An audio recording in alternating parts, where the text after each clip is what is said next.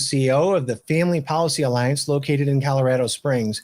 We'd like you to share and like this video. This is a really important discussion. All of the pro-abortion forces are out in earnest. They're out spending pro-life forces. In some cases, my home state, as much as 4-1. But something bigger than that is happening. The church is coalescing. We're coming together and we're praying for and we're working for very good outcomes in this election in defense of human life prior to being born. And folks, we have an optimistic show here, but we want to share with you what's going on. So today I'm going to introduce two folks to join. And first, I'm going to welcome in our Senior Vice President for Family Policy Alliance of Strategy, Miss Leva. She's recognized as one of the foremost thought leaders. She's an attorney by trade, but also one of the most recognized policy experts on the advancement of the protection of human life at the local, state, and federal level. But before I get to talking with Autumn, we've had something happen that we've just got to comment on, and I'm going to introduce Miss Macy Petty to join us as well. And I'm going to ask Macy a couple of questions. She is a student now. She was with us. She's worked for many pro-life organizations. It's a passion of hers, defending the lives of the unborn. She was with me and others from the Family Policy Alliance and our family policy councils that really filled the entire area in front of the Supreme Court last December 1st as they heard the Dobbs case, which we know eventually led to the overturn of Roe versus Wade. When that ruling happened, Macy Petty was there.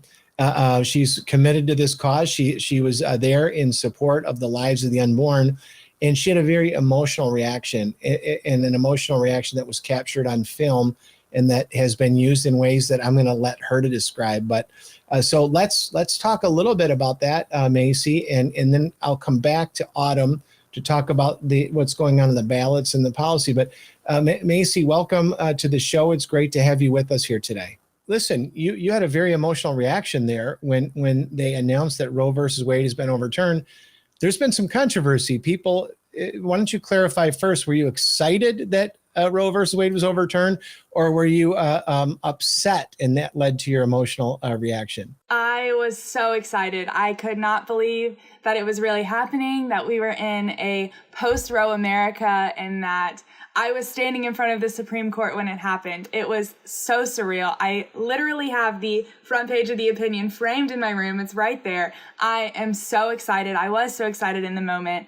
I truly believe that I was witnessing a miracle, and so just broke down into tears because I was overwhelmed with joy. This reminds me, your reaction, by the way, and I love your reaction, at a young age, and you've been involved in this, and you work with many organizations, including with the Family Policy Alliance, and you have this passion that got the better of you for very good reasons.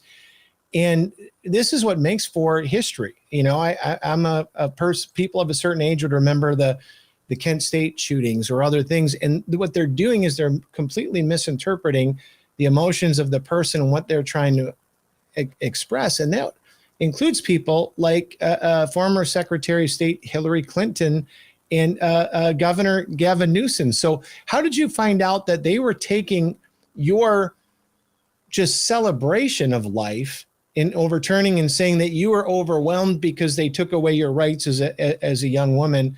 How did you hear about it? And what was your reaction to that disingenuous rewriting of history as history is being lived? Absolutely. So first of all, the original tweet from Hillary Clinton and Gavin Newsom was sent to me by one of my friends who works actually over at the California Family Council. And she sent it to me. She's like, I am so sorry, but I just have to tell you that this is what's going on. So I watched the video, and from the court, there was about a 1-minute video of someone who was videoing me because I was in front of the court with my phone refreshing supremecourt.gov, waiting for the opinion to release. And it came up on my phone and I started screaming, "It's released, it's out, it's out." And people started coming around me.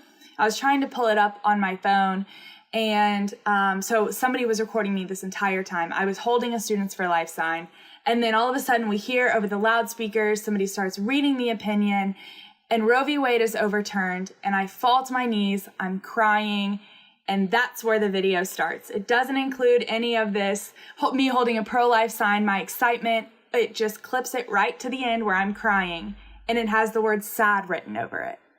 And this video was part of a larger campaign for the Proposition 1 in California and was shared by all of these elites from the Democratic Party who were pushing for abortion, and used my passion for life that was shown in this reaction and distorted it in a way that would try and encourage people to vote for abortion.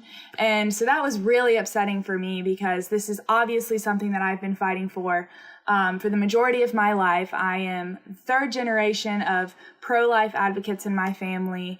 And so to have my face, my image, my tears, and my passion being used in a way that would encourage abortion, it was just absolutely gut-wrenching. My heart fell to the floor, and I was not going to allow it to happen anymore. So I brought it to the public. I wrote a letter out to Gavin Newsom, to Hillary Clinton, to the Democratic Party who was paying for it, for the Proposition 1 campaign. I sent it to all of them, and I posted it on social media. I was like, look, I'm pretty sure you know that I'm pro-life because of the way you had to manipulate the footage. But if there was beyond a shadow of a doubt, here I am saying I am pro-life. Please stop using this and remove this video. And honestly, if you're decent and respect other people's opinions, you're going to apologize for it. And so this got a lot of shares. It moved around social media a lot. And eventually the Proposition 1 campaign switched the clip. So I know that they have seen my letter to them and explaining how this violates all of my moral and religious convictions, and they still have the original video up. It is still on the Proposition 1 campaign social medias. It's still up on Hillary Clinton's. It's still up on Gavin Newsom's. Have taken no action to remove the video or to have any communication with me whatsoever. This is God uses all sorts of things in all sorts of different ways. And I know it's frustrating for you, but to be clear, they haven't apologized to you. You haven't gotten a call from the governor or the former secretary at all, which I'm not saying it just to be snarky or to be a smart aleck here. These are people that have built their career on saying that they were for women and women's rights and for women to be heard, as recently as the 2018 election, of saying that this is about me too. It's about time for us to finally have our voice, only to say that women don't exist as a gender. And I think that what they're doing this year is they're doing that on a macro level, but here they're making it personal. They're saying you as a young woman don't exist. What you stand for and what you're doing can be misconstrued, just where they start with it in gender and everything else. But they're actually going to take your name, image, and likeness without your permission to profit from it and manipulate people further on the killing of babies, which is outrageous. And I just wanted to verify they haven't done any of this stuff. But I think that what they're using for evil, the God is using for good, because you've been hearing from pro-lifers, right? This is motivating some people, isn't it? It absolutely is. Like you said earlier, I mean, the Dobbs decision, it gave abortion and the regulation of abortion back to the people and their elected representatives. So my voice and my opinion, they matter. And the Democratic side, they're not allowing the democracy to react. They aren't. They're taking my opinion and my voice, which says that abortion takes the life of an innocent human being and it can't be legal. They're taking that opinion and they're suppressing it and they are manipulating it. And they aren't allowing me to use my voice. And the pro-life movement, they have definitely been in support, which I am so grateful for. And we are loud and we are proud, and we are going to let our voices be heard, no matter how much it's the Democratic and pro-abortion side is trying to suppress it through these ads. We're going to be loud. Well, Macy, I know you're in between classes right now, and it's a busy time of year as you continue your studies. But God bless you for continuing the work that you've been doing to advance the cause of life in America. And I just want to give you some encouragement. This little skerfluffle here is not going to go the way they think it is. We're going to memorialize these pictures. We're going to share them in the pro-life movement. And I mentioned other things from 50 years ago. There's been other famous things in the history of the United States. I hope that this finds its way into the history books to point to the hypocrisy and the outright deception that has fueled the entire pro-abortion campaigns for the last 49 years in America, culminating into them misrepresenting your celebration and the Spirit just overtaking you the way it did. So God bless you. Thank you for coming on the show today and sharing, and thank you for all of your support for the movement. And we look forward, you'll be in our prayers, and we look forward to working with you as you're in school, but also as you get out. Well, thank you very much. I really appreciate it. Thank you. And now I'm going to introduce back into the show our Senior Vice President, Autumn Leva, one of the most brilliant minds, both legally and politically in America right now in the pro-life movement. And I want to talk to Autumn about some of the things that we're up against, here in this last week. I've asked people, Autumn, to share this with their friends and to like it. And comment and everything, because we're in a bit of a dogfight in America. It's not just the issue itself, it's also around the narrative. And tell us what we're up for. Let's start with the ballot questions around America. What are you seeing? Well, thank you, Craig. It's always fun to talk to you. It's a very intense time right now. I think the Democratic Party has chosen to use abortion as their key campaign plank in nearly every single campaign for every single candidate. So that's a little bit overwhelming. But let's start with what Macy was talking about, the video that she was used in. That's California Proposition 1, and our friends at California Family Council, headed up by Jonathan Keller, they're working very hard on that one to try to defeat that ballot measure. It's a bad one. We're tracking good and bad. That's definitely a bad one. This would enshrine a right to abortion in the California Constitution, and it would go so far into late-term abortions. So right now, post what they call viability, which of course is a changing standard, but at 24 weeks. So that's super late in the pregnancy. Abortion is not completely unregulated in California, but if this were to go into effect, Proposition 1, it would allow abortion up past the 24-week mark, up to the moment of birth. So very extreme, putting California on par with nations like North Korea and China in terms of how extreme that is. So really no regulation around abortion at all left there in California if this measure were to go into effect. And I know California Family Council is working very hard to defeat it. It's very extreme. The other extreme one we're tracking is in Vermont. It's sort of a very broadly worded initiative on the ballot there, creating a, quote, right to reproductive autonomy, whatever that means, but certainly encompasses a right to abortion.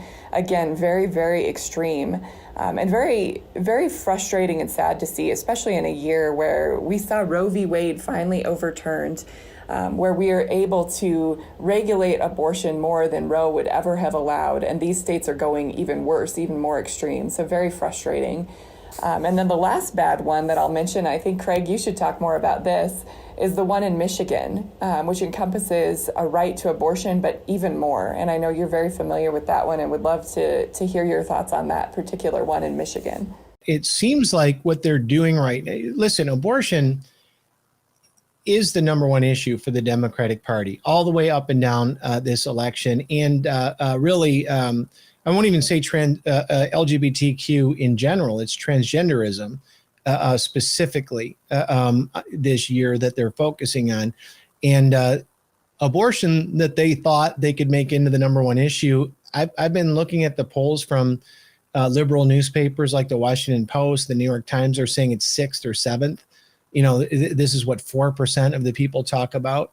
But they are shrieking like spirits being cast out of people in the Old Testament about this thing where the Supreme Court essentially made America a pro-choice country, what they've been asking for 49 years. There's a lot of work for us to do.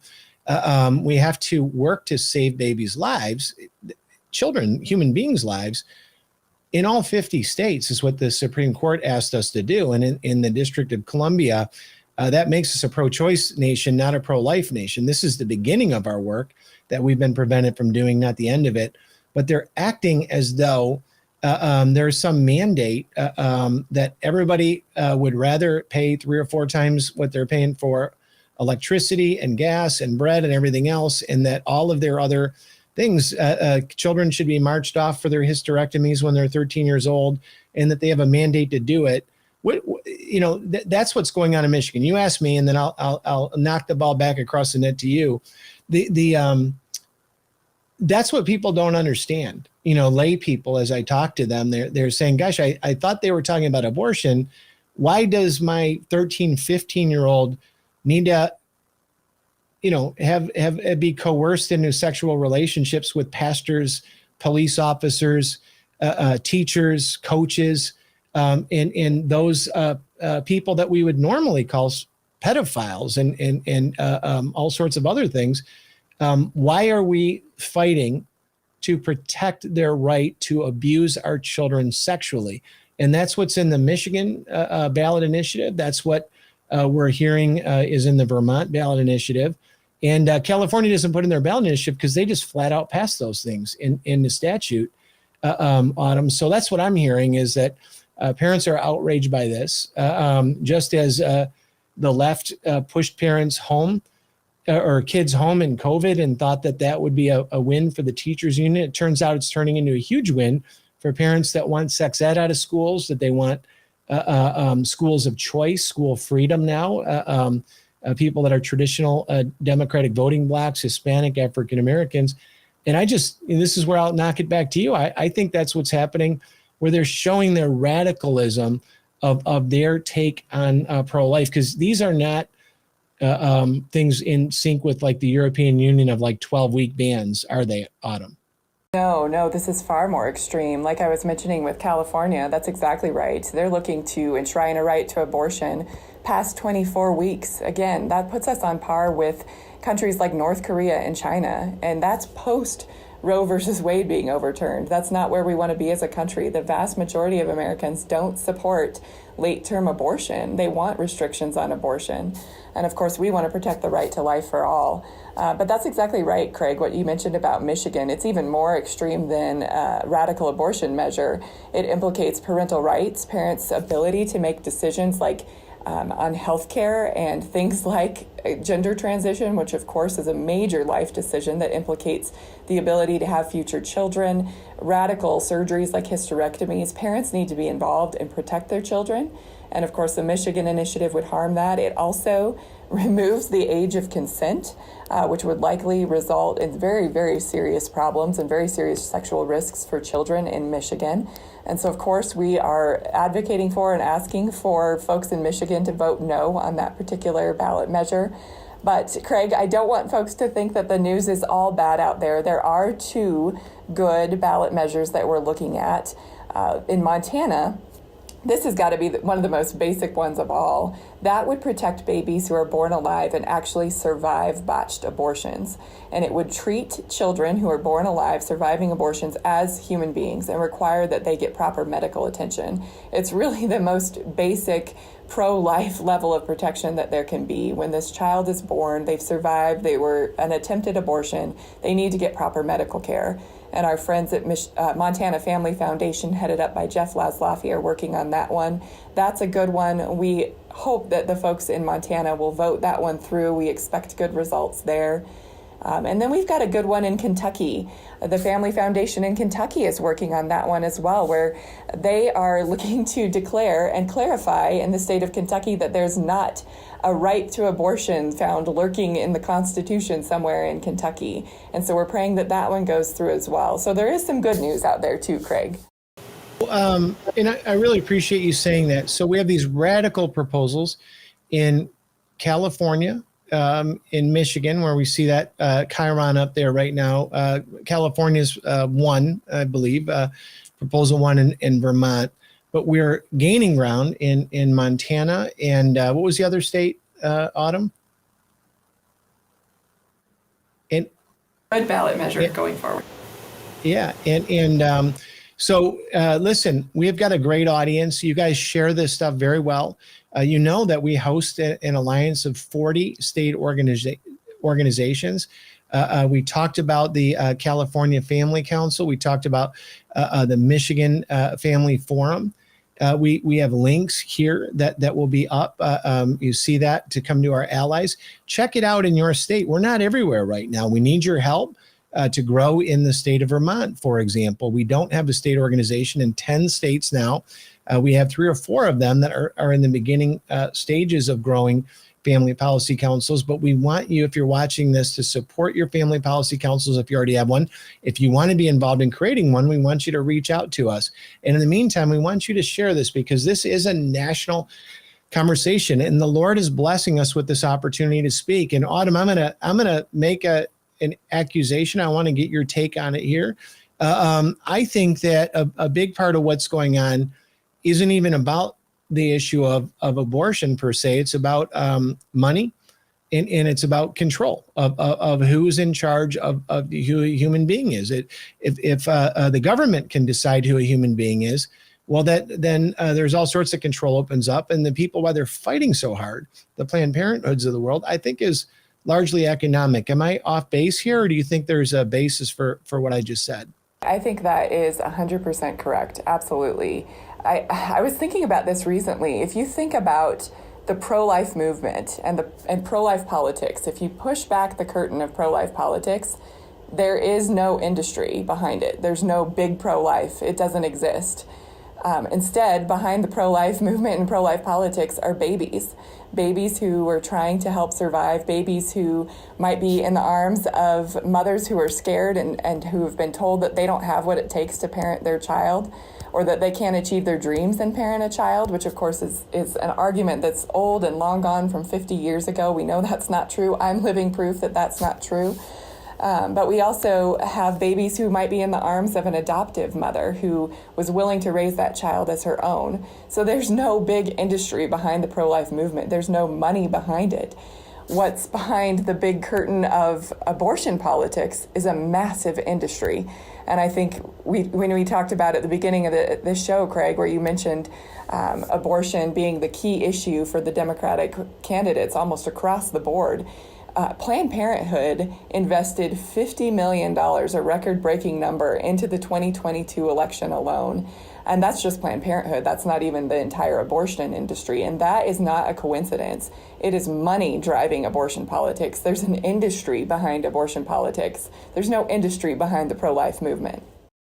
If we go back 150 plus years, that was the same was true of slavery. The people that wanted slavery, there was an economic interest in that, and the people in the North that were trying to outlaw it weren't benefiting from that financially, but they were doing the right thing. The same in the civil rights movement, and I think that there's some remedies to that, though. And I'm going to transition to something I want to talk about here. Is there's a difference in the conservative movement in America. People think it's a monolithic.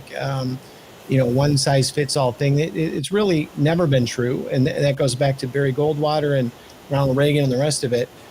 But with our fiscal conservatives, cut back on things like delivery of children for Medicaid, for instance, to make it wildly unprofitable for hospitals. They've cut out the support for foster kids with the idea that they were saving money. And as social conservatives, I remember going back to a lot of them, even when I was Speaker of the House in Michigan, and saying, wait a second, this is not an irresponsible parent that's choosing not to work.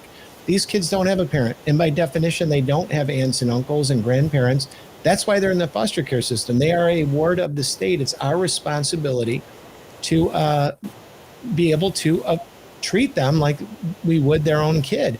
And that's where social conservatives differ from fiscal conservatives. I could go through a whole bunch of these, Autumn, but I think that work is beginning as we see this, that hey, if there's going to be more kids, it's been reported there's already 10,000 to 60,000 more children being born. Social conservatives are going to have to lead the way in America to say, well, how do we respond to that? These are American citizens. These are created in the image of God, men and women of the future that will build our country. And we need to have policies that support that. And Family Policy Alliance is doing something very interesting right now with social conservatives. Why don't you talk a little bit about what's going on, and I believe we'll have the links up for people to continue to participate in it between now and Election Day. Well, I think you're exactly right, Craig. You've got abortion going around masquerading as a social justice issue, but it's really not. It's just politics 101. It's money and politics intertwined together behind an industry. But the pro-life movement really has a completely brand new opportunity right now that Roe versus Wade is overturned. Now we can actually be serious about supporting mothers and their babies. We can cast a vision for what that looks like. Imagine if all the resources that were wasted on taking life were repurposed towards saving life and supporting children throughout their growth and development with education freedom, with healthcare, with all of those things that they need. That is much more positive. So I think you're right, Craig. Social conservatives have a time to rise up right now. And we at Family Policy Alliance are trying to take the opportunity and seize upon it. So we have a straw poll going right now. It's very important. We're trying to reach every social conservative because your voice matters. We want to elevate your voice and your profile in the nation. So we want you to take the straw poll. And what we're asking is, right now, if the election were being held for president, who would you vote for? And also, what is your opinion on some of these serious issues? Abortion, Craig mentioned transgenderism, so many others. What is your opinion on these issues and the direction of the nation? We want to hear from you. Your voice matters, and I think social conservatives are rising up to be a real political mover and shaker in this country. So please take the straw poll at familypolicyalliance.com. I know the links are up. Please share it with your social conservative friends. I know, Craig, you know this, typical polls, they poll maybe 1,000, 2,000 people to get a good sample size. Right now, with this poll being going less than 2 weeks, we have over 8,000 social conservatives who have taken this poll. So a huge sample size. We've blown the other polls way out of the water, but we need your help. We're closing down the poll probably by Election Day, so we would really like to hear from as many social conservatives as possible. And we look forward to reporting back to you after the election, too, the results, what the pro-family wins were, what our strategy is going forward with the results of the election. So we'll be in touch before and after this year's big election. And Autumn, it's just been amazing to work alongside you as you're doing this, see the incredible work of the Family Policy Alliance team, both in our mobilization, our elections, and policy work. And there is a lot more coming out. But folks, again, for my reminder as we part today, this is a big week. These are revolutionary times. These are historical times in America, and we don't want those victims to be the lives of the unborn children that will never get to see the wonder of this world that God created. We have a chance to begin making a difference, and it begins with us participating this week. We hope you do that. We thank you. God bless you for your support for the Family Policy Alliance. If you haven't gotten involved, please do so. Those links are available here, and they're available on our website. We need your support, as do our state organizations. But you are really, really honoring the Lord all over, from California to Maine, from Florida to North Dakota. We're coming together as a body of Christ, and it's a privilege to work with each and every one of you. We do want you to share this. We want to have that enthusiasm grow in the coming days. We want to finish this race strong while we know that we're just getting started. So you'll hear more from us as we go on, but God bless you, and thank you for participating with us today.